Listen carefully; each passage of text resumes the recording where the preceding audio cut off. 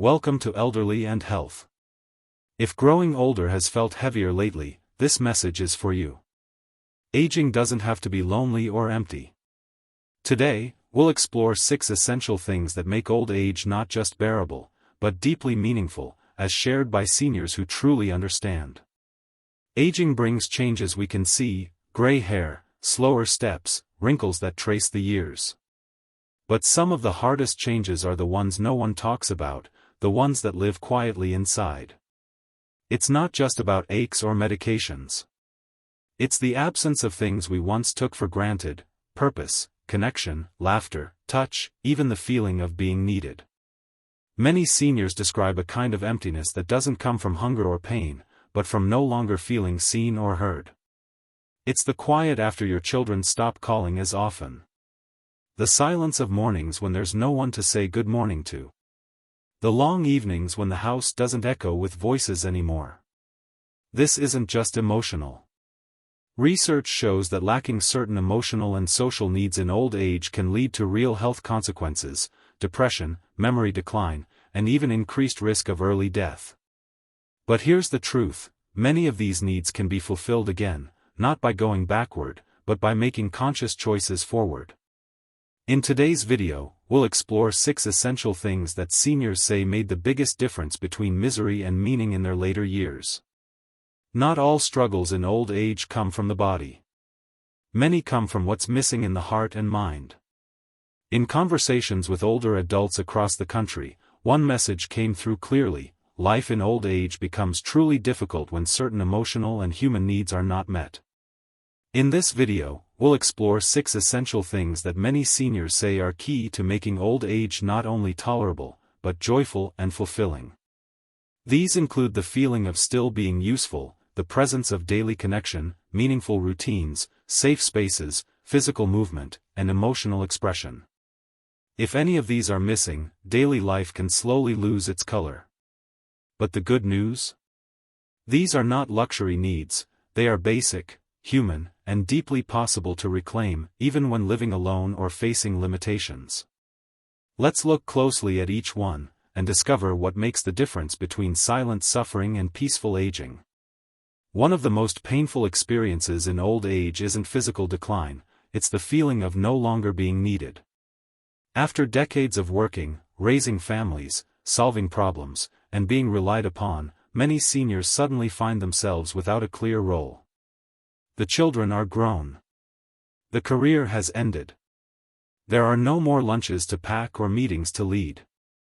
And without these tasks, a quiet question begins to rise: what am I here for now? This loss of perceived usefulness can have deep emotional consequences.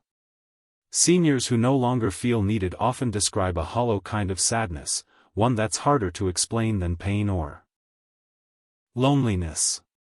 It's the sense of becoming invisible, of feeling like the world has moved on and left you behind. But here's what matters most: your value never disappears, it only needs to be redefined. Being useful doesn't have to look like it once did. You may no longer be a provider, but you can be a source of wisdom. You may not manage a busy household anymore, but your steady presence and lived experience can be incredibly grounding to those around you. Even if you don't see people every day, your kindness, your story, your consistency, all of these are valuable. Consider this: simply calling someone once a week to check in is a powerful act. Offering advice to a neighbor, helping a younger person with a life decision, writing letters, or recording memories for future generations, these are quiet forms of legacy. You don't need to be in the spotlight to still shine. One senior named Gerald, age 82, began writing short reflections about his life and mailing them to his grandchildren once a month. "They don't always respond," he said, smiling, "but I know one day they'll read them. And they'll know who I was, not just as a grandfather, but as a man who lived and learned." Others find a sense of purpose in volunteering, even in small ways. Answering phones for a local organization, knitting scarves for shelter residents, or simply greeting others at a church door, these acts rekindle the feeling of contributing to something greater than yourself. If mobility is a limitation, there are still ways to feel needed. Prayer, encouragement, and emotional presence are gifts too. One woman shared, "I can't do much anymore with my hands. But I pray for my neighbors. I remember birthdays. I remind people they're not alone. That's how I serve now." Ultimately, the goal is not to chase after usefulness in the traditional sense, but to recognize that your being, your story, your steady heartbeats still hold value, every single day. So if you felt forgotten or unsure of your place, start with this: offer one small piece of yourself each day. A word, a gesture, a blessing. You're not here by accident. And your worth doesn't end when your work does, it evolves. Your presence still matters. Let that truth be your anchor. As we grow older, maintaining social connections becomes more than a pleasure, it becomes a lifeline. While physical health is often the focus in old age, what many don't realize is that emotional and social health are just as vital. And one of the strongest indicators of mental well-being in seniors is consistent, meaningful social interaction. When seniors lose regular contact with others, something begins to change, not just in their daily routine, but deep inside their emotional world. The mind starts to turn inward, not in reflection, but in retreat. Thoughts become heavier, worries echo longer, and loneliness begins to blur the sense of time and self. This is not just anecdotal. Numerous studies have found that seniors who lack regular human interaction are at significantly higher risk of depression, anxiety, and even cognitive decline. The brain is a social organ, it thrives on exchange, on listening and being heard. But what does social interaction mean when you live alone? It doesn't have to be about attending crowded events or being surrounded by people all day. Quality matters more than quantity. A 5-minute phone call with a loved one. A conversation with the cashier at your grocery store. Saying hello to your neighbor on the porch. These moments may seem small, but they gently reopen emotional doors. They remind the heart, you are still connected. You are still part of something. One senior, Mrs. Eliza, age 77, shared how she started keeping a conversation list. Each week, she tries to speak to at least 3 people, not always the same ones. Sometimes it's a friend. Sometimes a distant relative. Sometimes someone new from her community garden. "I don't always feel like reaching out," she admitted, "but every time I do, I feel lighter afterward. Like I've joined the world again, even just a little." If mobility or energy are limited, technology can be a powerful tool. Learning to use video calls or even sending voice messages can help bridge distance. Many older adults find great comfort in joining online groups related to hobbies, gardening, crafts, history, old films. Shared interests can turn strangers into friends without ever needing to leave your home. And let's not forget, you can also initiate connection by being present for others. Ask someone how they're doing. Remember someone's birthday. Offer encouragement to a younger person. These small exchanges remind others, and yourself, that you still have something meaningful to give.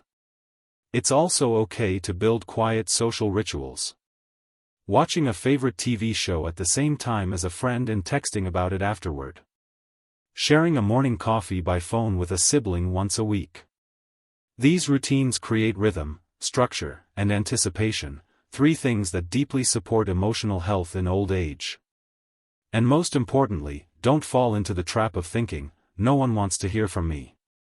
That voice isn't truth, it's isolation speaking. The reality is, many people would be glad to hear your voice. Sometimes they just need a gentle invitation. So take the first step, send the message, make the call, open the window and wave.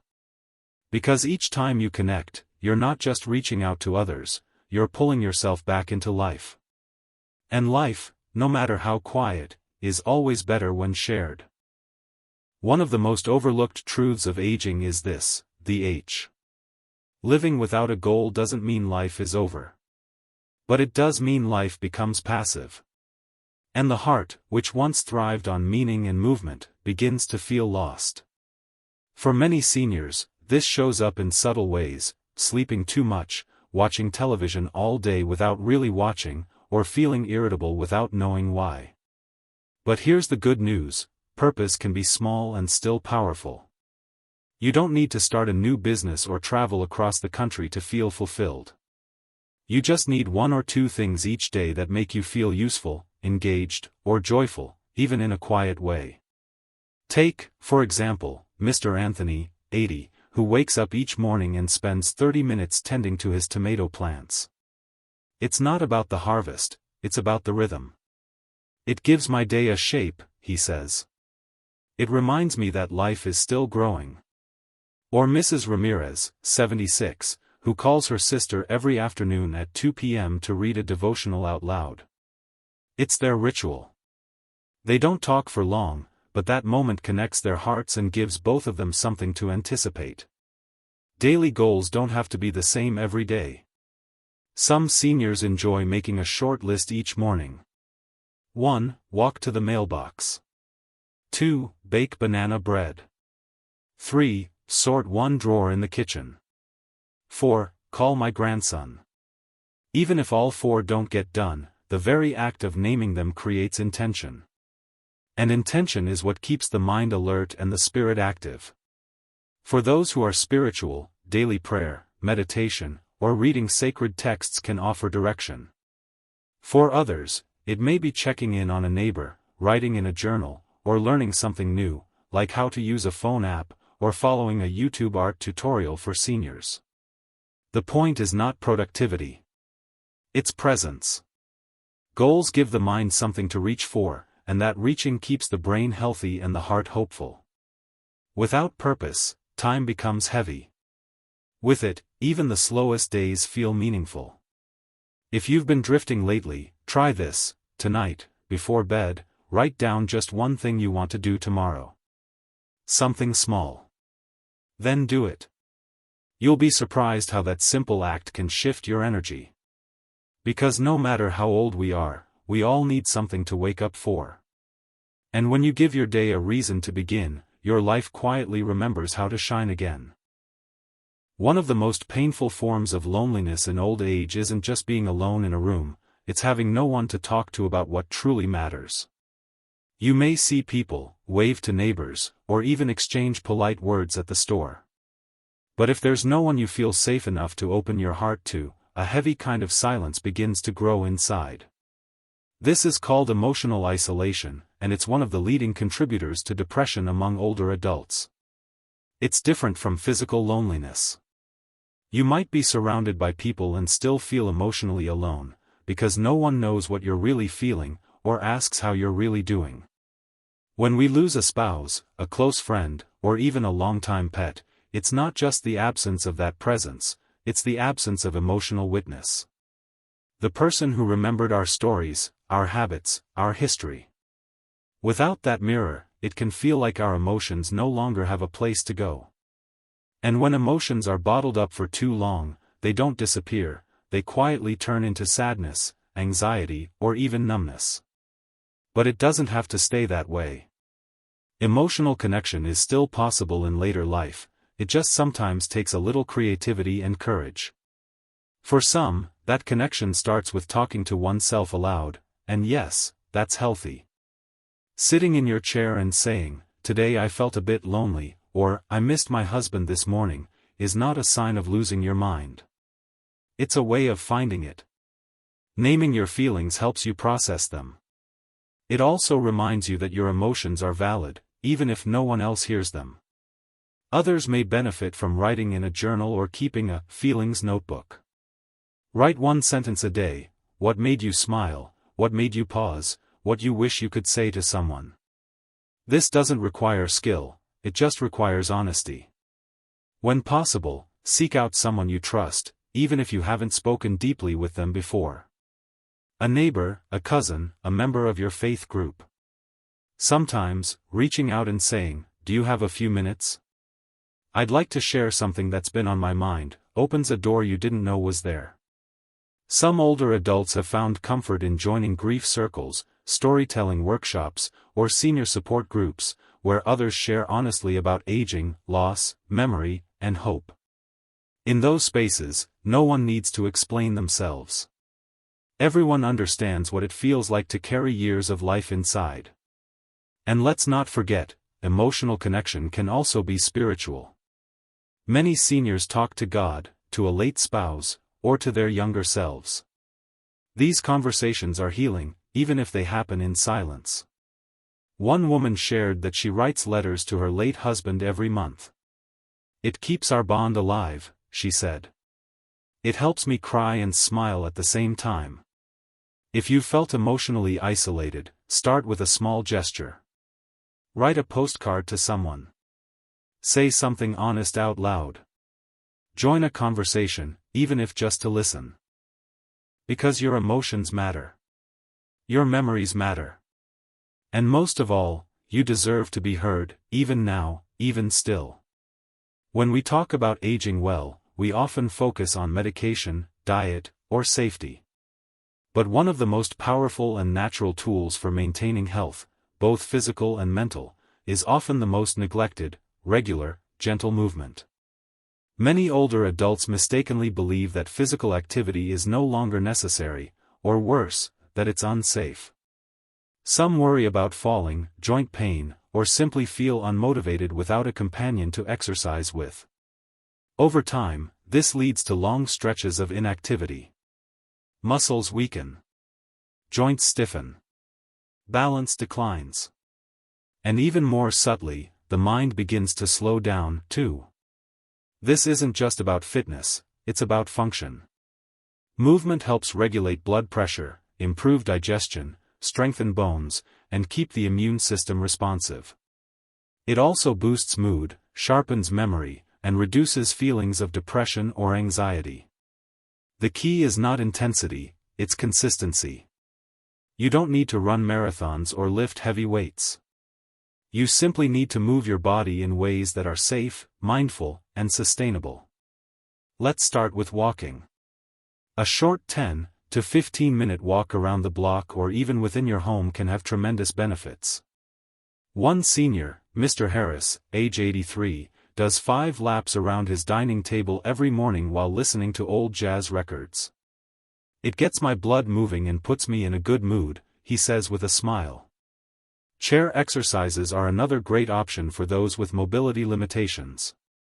Gentle stretches, arm raises, leg lifts, and neck rolls can be done while seated. Even small movements can help maintain circulation and flexibility.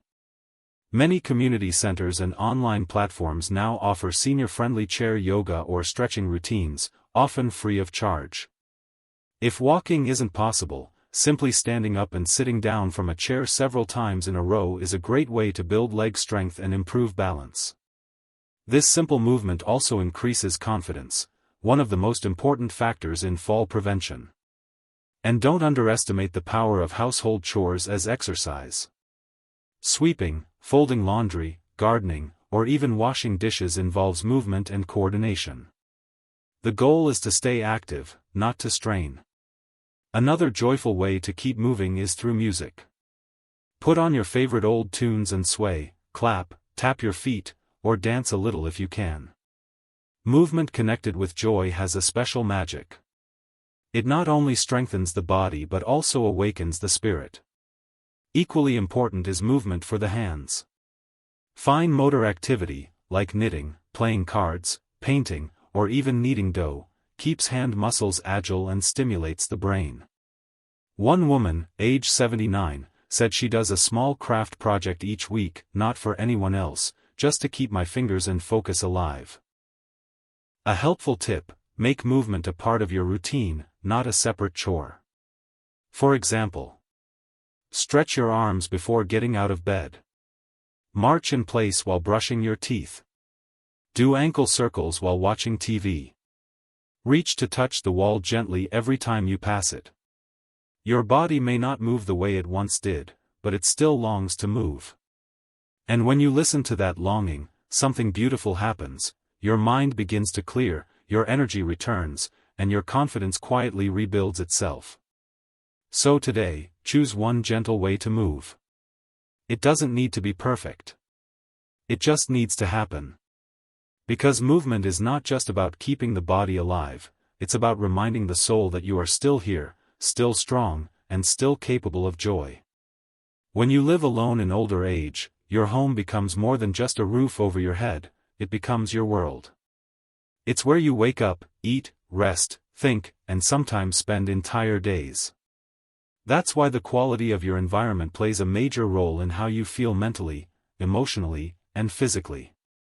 For many seniors, a home that feels cold, cluttered, or dark can lead to more than just inconvenience. It can lead to low mood, confusion, and even physical risk. A poorly arranged living space can increase the chance of falls. A dim room can affect sleep patterns and energy. A lifeless or chaotic environment can slowly wear down your spirit, day by day. But a home doesn't need to be expensive, large, or fancy to be healthy. What it does need is safety, simplicity, light, and a sense of life. Let's start with safety. As we age, our balance, reaction time, and eyesight may change. That's why your home should support you, not challenge you. Clear walking paths. Non-slip rugs. Bright lighting in hallways and bathrooms. Grab bars near the toilet and shower. These aren't just precautions, they are invitations to move freely with confidence. Feeling safe in your home reduces stress and gives you more independence. Next is organization. A cluttered environment creates a cluttered mind. If every surface is covered with things you don't use or need, your brain has to constantly filter through that noise. Start by simplifying. Keep only what you love, what you use, and what brings comfort. Let go of what weighs you down. As one senior shared, after I gave away half the things in my living room, I felt like I could breathe again. Now, let's talk about natural light and air. These two things are proven to lift mood and improve health. Open your curtains during the day. Let sunlight pour in. Open a window for fresh air, even if just for 10 minutes. If you don't have a view, place a mirror where it can catch the light and brighten the room. A well-lit space tells your brain, it's daytime, it's safe, and you're still connected to the outside world. Plants can bring life into a space with very little effort. Even one small plant on your windowsill, a fern, a cactus, or a pot of basil, can remind you that something is growing, and so are you. Tending to a living thing creates a quiet relationship between you and your space. Personal touches matter too. Decorate with intention. Family photos, art that makes you smile, or a blanket that reminds you of someone you love, these aren't just items. They are emotional anchors. They keep you rooted in your story. And don't forget sound. Silence can feel peaceful, but too much of it can feel empty. Play soft background music. Turn on nature sounds. Let your space have a gentle hum of life. Finally, include one area just for you, a chair by the window, a reading nook, or a kitchen table set with your favorite mug. This is your spot. Your center. The place you return to, again and again, where your presence feels acknowledged. When your home supports you, physically, emotionally, and spiritually, it becomes more than a building. It becomes a partner in your well-being. So look around today. What can you remove, brighten, tidy, or bring to life? Small changes add up. Because when your home feels alive, you feel more alive too. Old age can be gentle or it can be heavy, and often, the difference lies in what we surround ourselves with. Not material things, but emotional and human essentials. Through the voices and experiences of seniors across the country, we've uncovered 6 quiet, powerful elements that make all the difference: feeling needed, staying socially connected, having a reason to wake up each day, expressing emotions, moving the body, and living in a space that feels safe and alive. These aren't luxuries. They are basic human needs, no less important at 75 than they were at 25. When even one of them is missing, life in old age can feel empty. But when you begin to restore them, even in small ways, the light returns. The days feel more structured. The silence feels less sharp. And your sense of worth quietly grows stronger. It's never too late to reclaim meaning. To reach out. To start moving again. To make your space feel like home. Your years still hold value, and your presence still brings quiet good to the world. If this message touched your heart, subscribe to Elderly and Health. You're not alone in this journey, and we're here to help you walk it, with wisdom, peace, and kindness.